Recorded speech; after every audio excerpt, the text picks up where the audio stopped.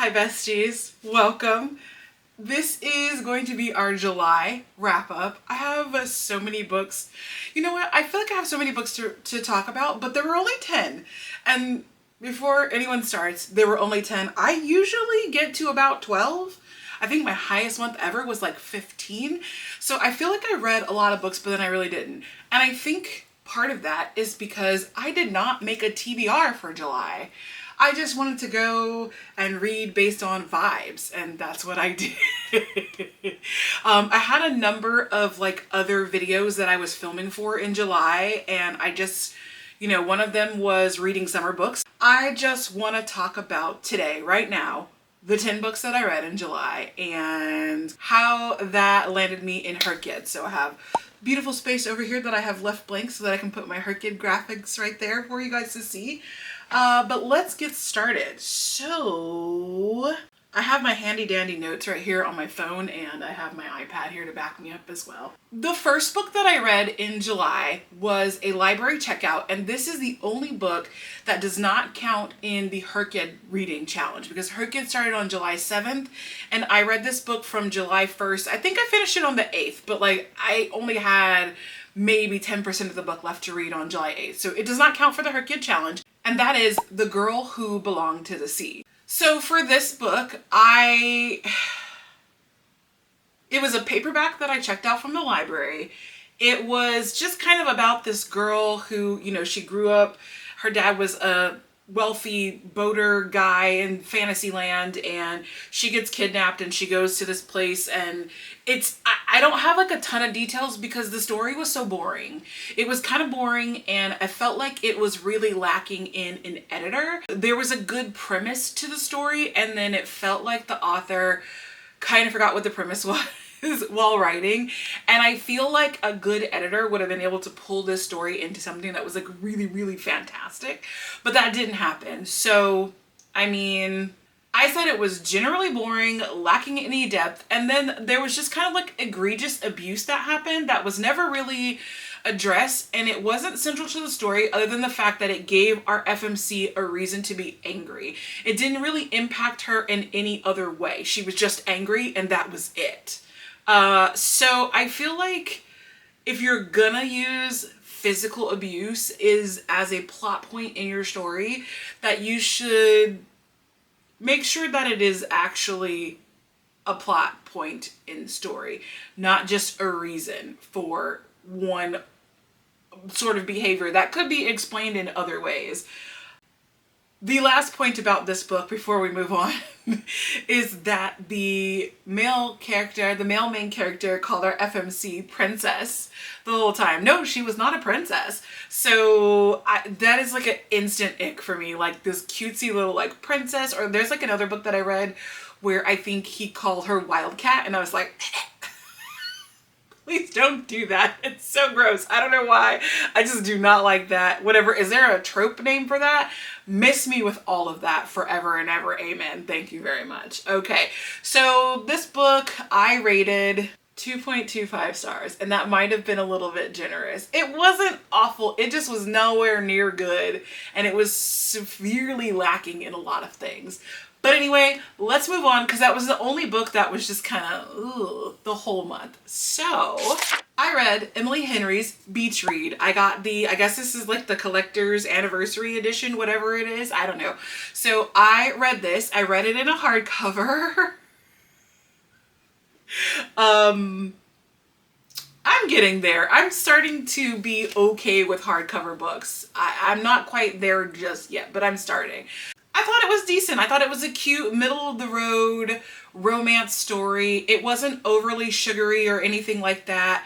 And I thought that Emily Henry did a really good job of portraying the characters with depth and having their stories make sense together.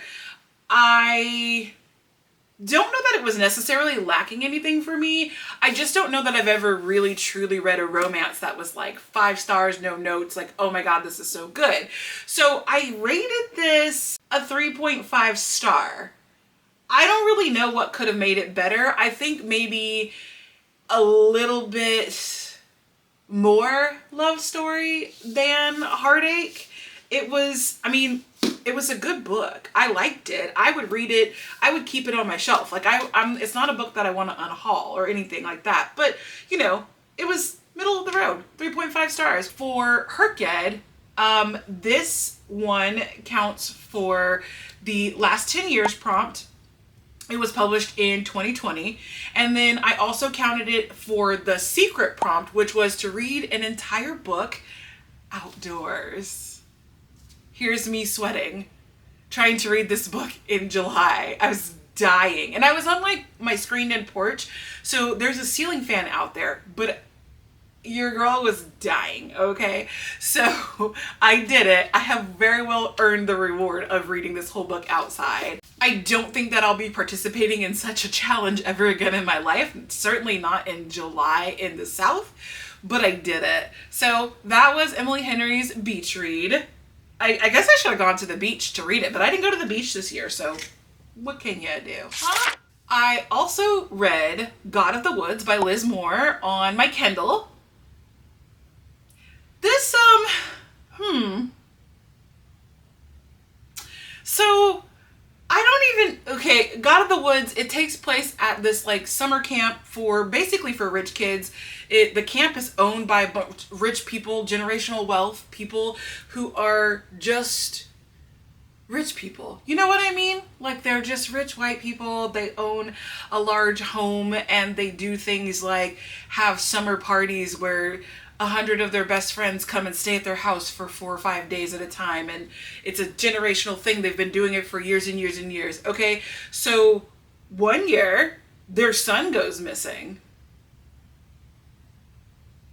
And then like years later, their daughter goes missing. And it's like, ho-hum. They're not overly concerned about it. Like other people are overly concerned about it, but they're not. They're just kind of like, well, okay, the kid's missing. You know what I mean?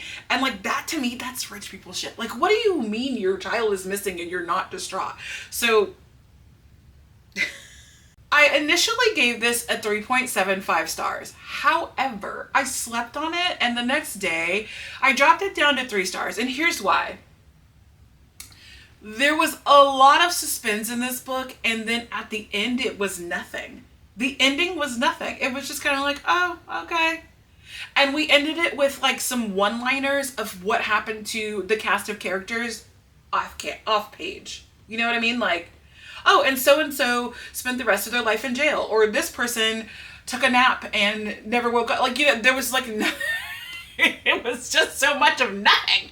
And I was upset that I read so many pages of rich peopling and nothing really happened. Do you know what I mean? I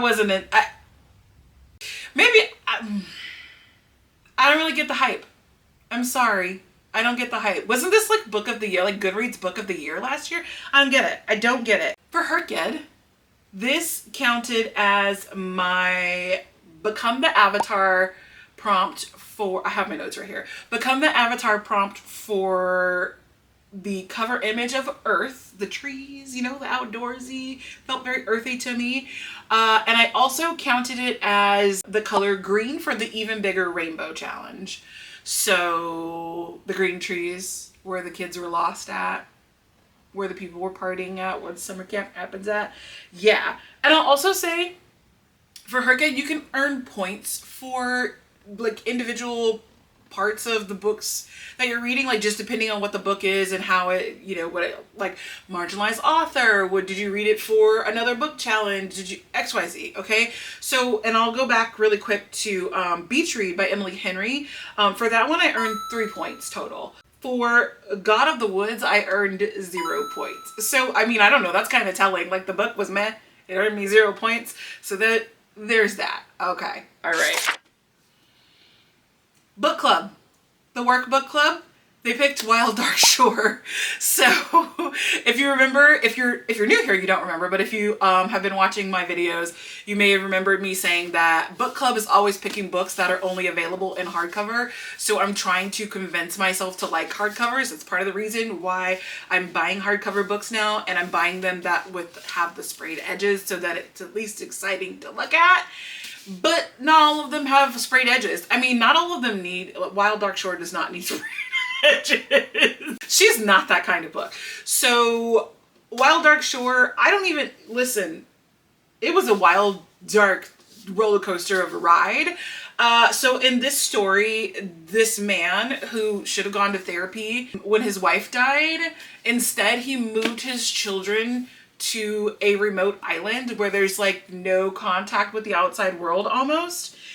And his children should also have been in therapy, but they were not because they were on a remote island somewhere. And everyone else on the island should have been in therapy, but they were not.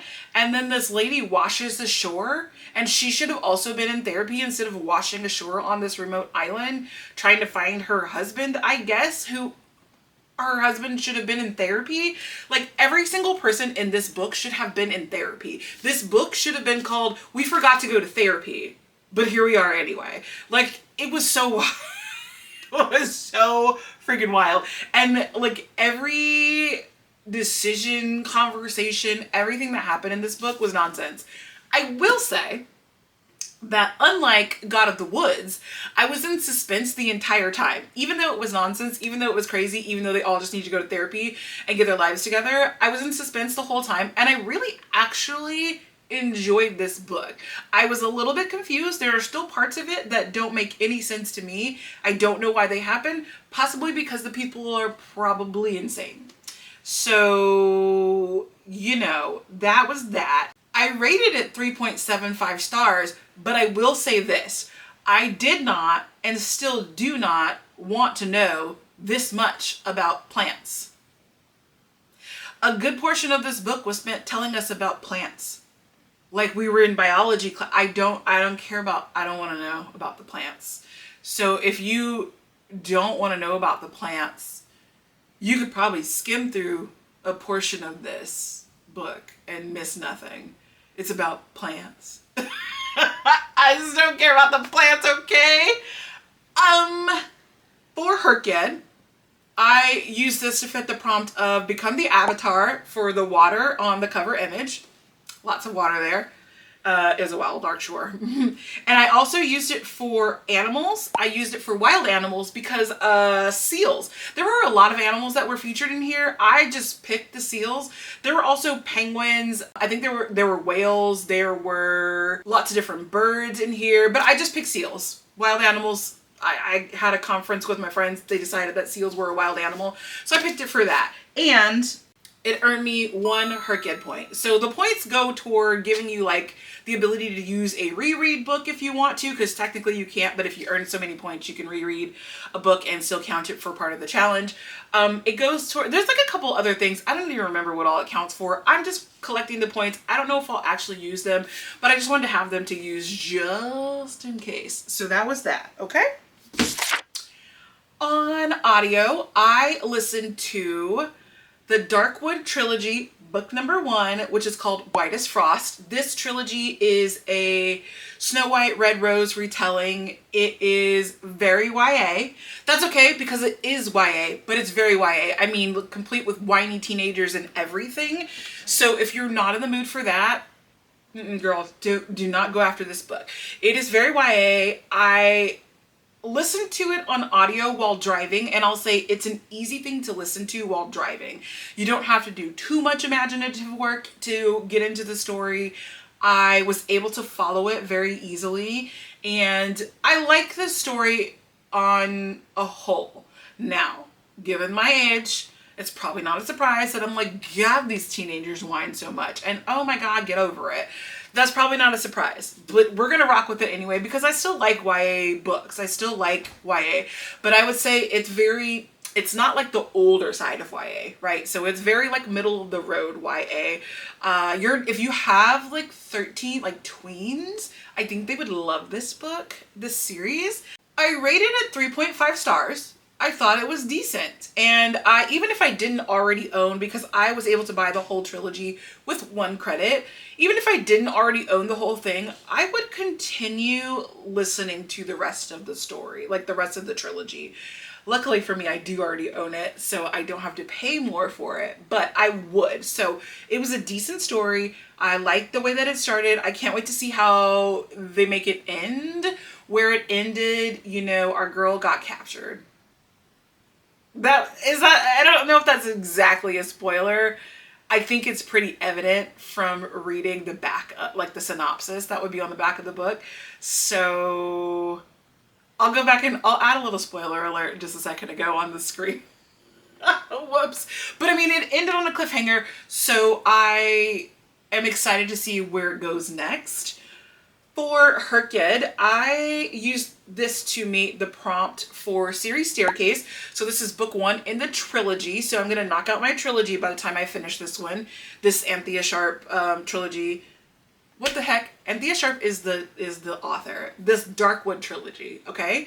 I also used this to meet the disability challenge. I did not know that going into this. One of our female main characters has finger dismemberment. I did not know that until I was listening to the book, and I was like, oh. So I counted it for that. Total points earned for this book were 2, and I like it. So yeah, okay, moving right along. Overruled by Lana Ferguson.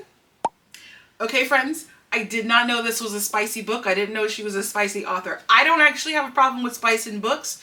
Bring it on. It's fine with me. I'm not a prude, but I wasn't ready. It was not ready. I'm like, oh my. So I wasn't ready for that, but you know, it's fine. It's totally fine. So just be aware, it's a spicy book, okay? Our girl gets her back blown out. So just, okay. There we go, okay? Okay, so overall, I thought this was a cute book, but like, it was absurd. It was absurd. And I mean, they are opposing counsel on a case, and of course, they basically end up together. But my issue with the book is this. Our female main character has this trauma, I guess you would call it, that she's dealing with. It's childhood trauma, supposedly. And I'm about to spoil this for you. So if you don't want to know about it, just, you know, she has a childhood trauma that I think is absurd. It shouldn't be a childhood trauma. Okay, if you want to hear the details, her childhood trauma is that her parents divorced each other when she became an adult. So they stayed together her whole childhood until she became an adult. Then they divorced each other. That's not even the traumatic part of it. Hold on. The traumatic part for her is that they're still friends with each other. And she just cannot move past this. Like, it is such a big thing to her. It is so aggravating to her. She bases her entire personality is based around that traumatic thing for her. And I'm like, that's not a real problem, baby girl. Because meanwhile, in the exact same book, our male main character has actual trauma surrounding his father being an overbearing, abusive man towards multiple people. Okay? He has actual trauma. And our girls over here are like, oh my God, my life is so terrible because nothing really happened to me.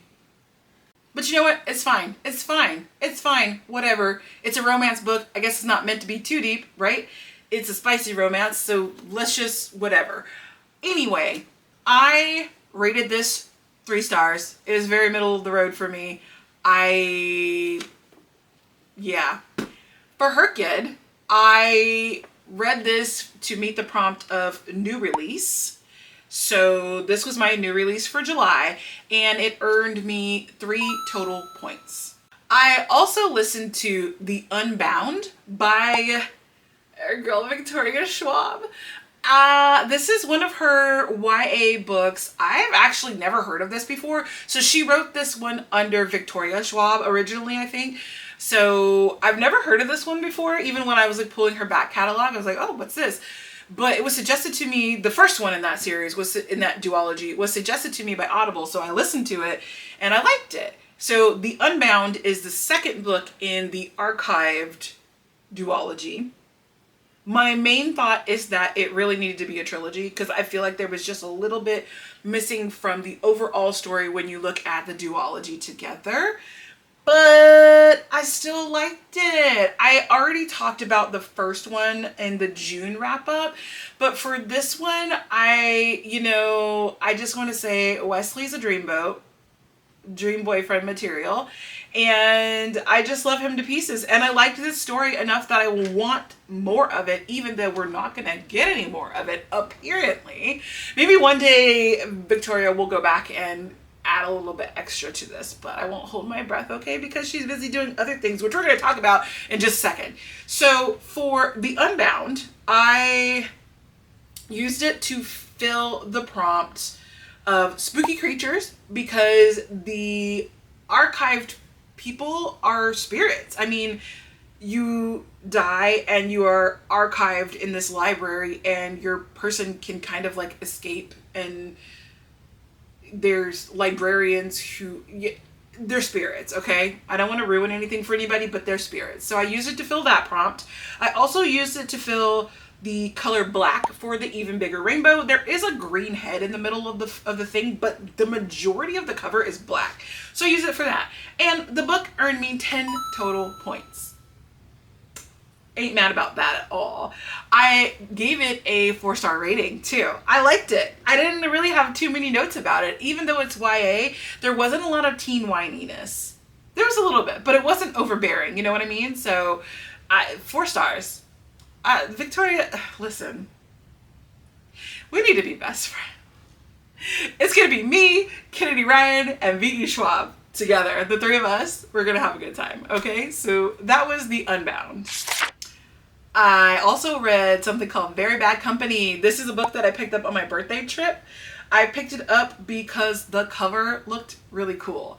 I don't really know that the cover image is giving anything about the actual story. I think it's just a cool cover. But I will say, I saw the original cover of this when I was like looking up something for, I don't know, to get the graphics for the video. This is a much better cover.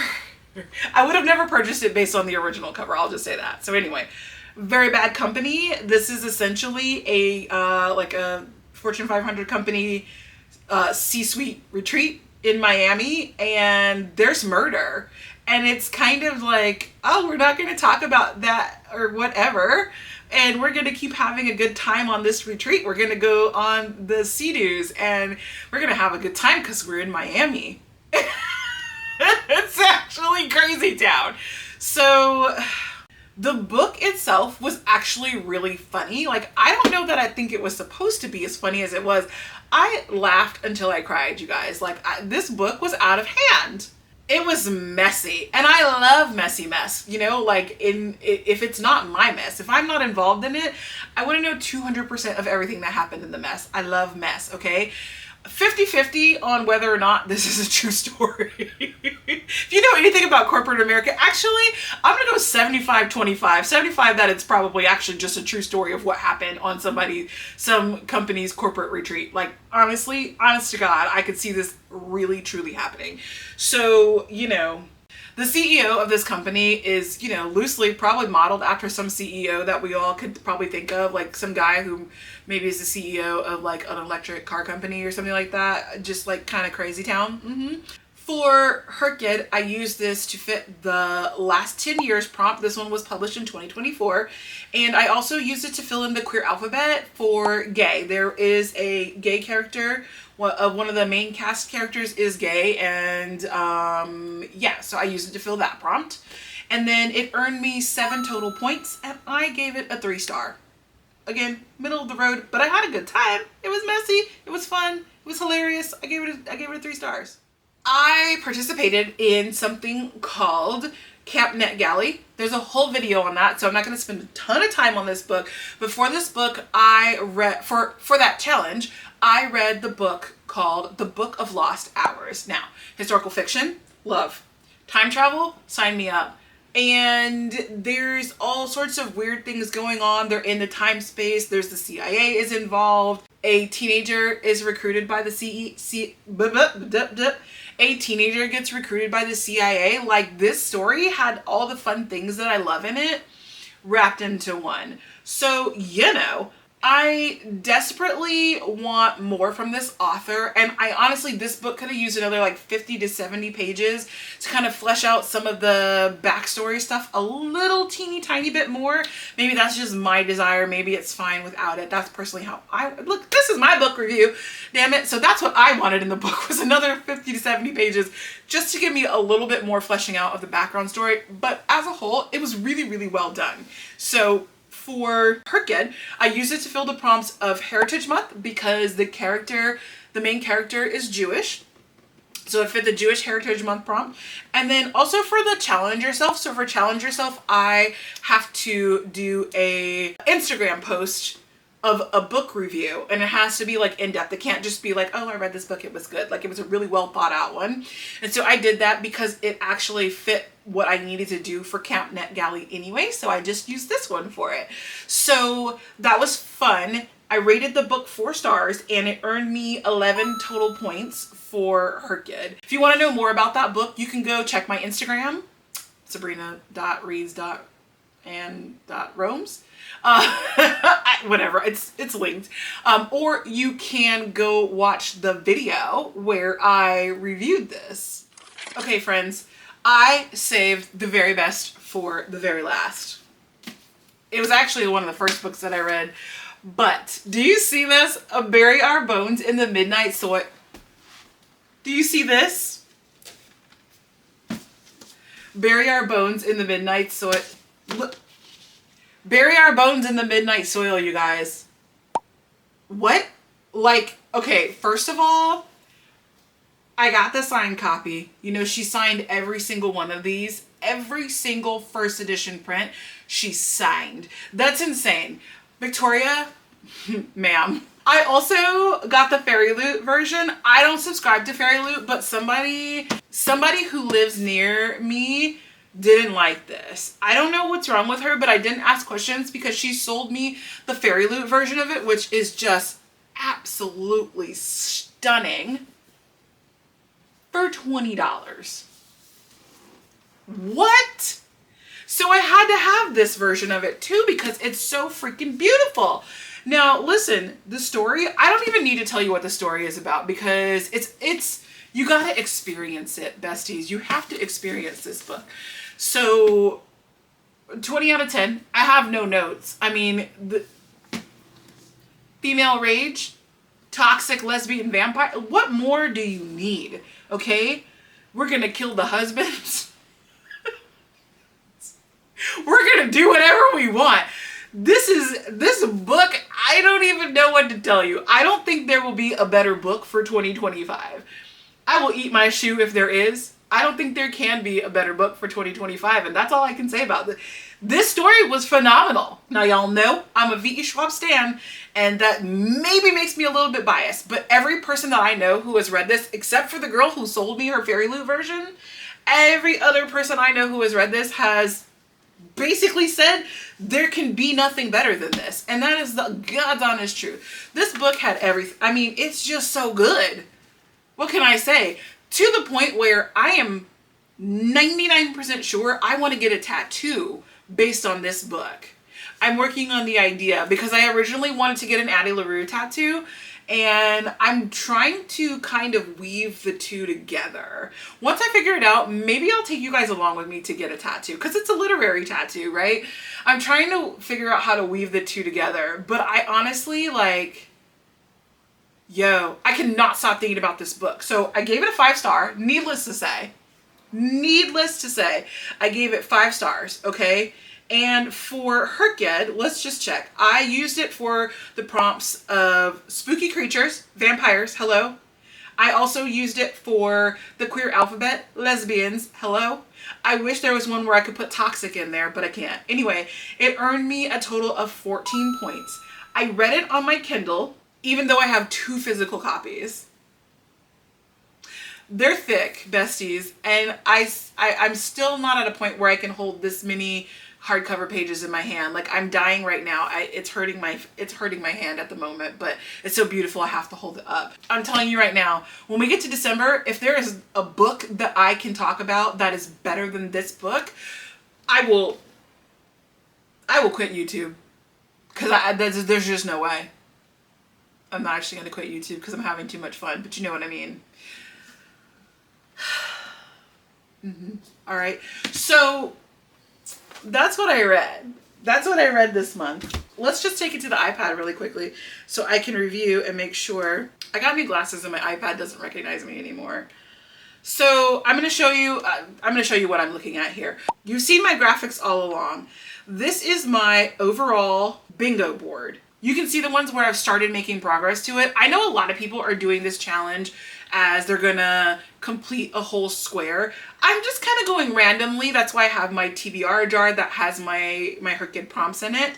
I'm just kind of going randomly. You can see that I'm starting to make some progress on some of the boards. I see some progress down the center there. I see, is that the best one? That one has 3. And then the second to last row down there has 3 as well. So I'm starting to make some progress. It's gonna be a while before I get an actual bingo out of this, but you know, we're on our way, best friends. So let me know, what did you read in July? Did you read any of these books in July? On a scale of 1 to 25, why do you rate V.E. Schwab's Bare Bones in the Midnight Soil a 30? That was our first month of hrcyed reading. And I think I did pretty well. I hit 16 prompts with 9 books, because I read 10 books, but one didn't count. With 9 books, I hit 16 prompts. I think that's pretty good. That means I double up almost all of them. And I also got the secret prompt done. So really, you know, one more than that. And I feel like it was a successful month. I do need to go back to having a TBR though. I've already gone back to having a TBR because it's too helter-skelter without the TBR. I don't know what I'm doing. All month I'm like, what should I be reading next? I don't know. So we're going back to that, okay? If you made it this far, which you did, if you didn't make it this far, you're not hearing me talk right now, but since you made it this far, that's better. Since you made it this far, thank you for watching, and if you have not yet, please subscribe. I love it when people subscribe. And oh, I am filming this on my 6-month YouTube anniversary, and as of this morning I have 160 subscribers. So shout out to all 160 of you, because that's incredible. I can't believe in 6 months there are 160 people who are out there just chilling with me and hanging out. That's incredible. I love it. I am so glad that you're all here, and I hope you bring more friends over to hang out with us in this little corner of the internet. And I can't wait to see what the next 6 months looks like. So yes, thank you for watching. Thank you for hanging out. If you're just watching and you haven't subscribed yet, please hit the subscribe button. And I will see you all in the very next video.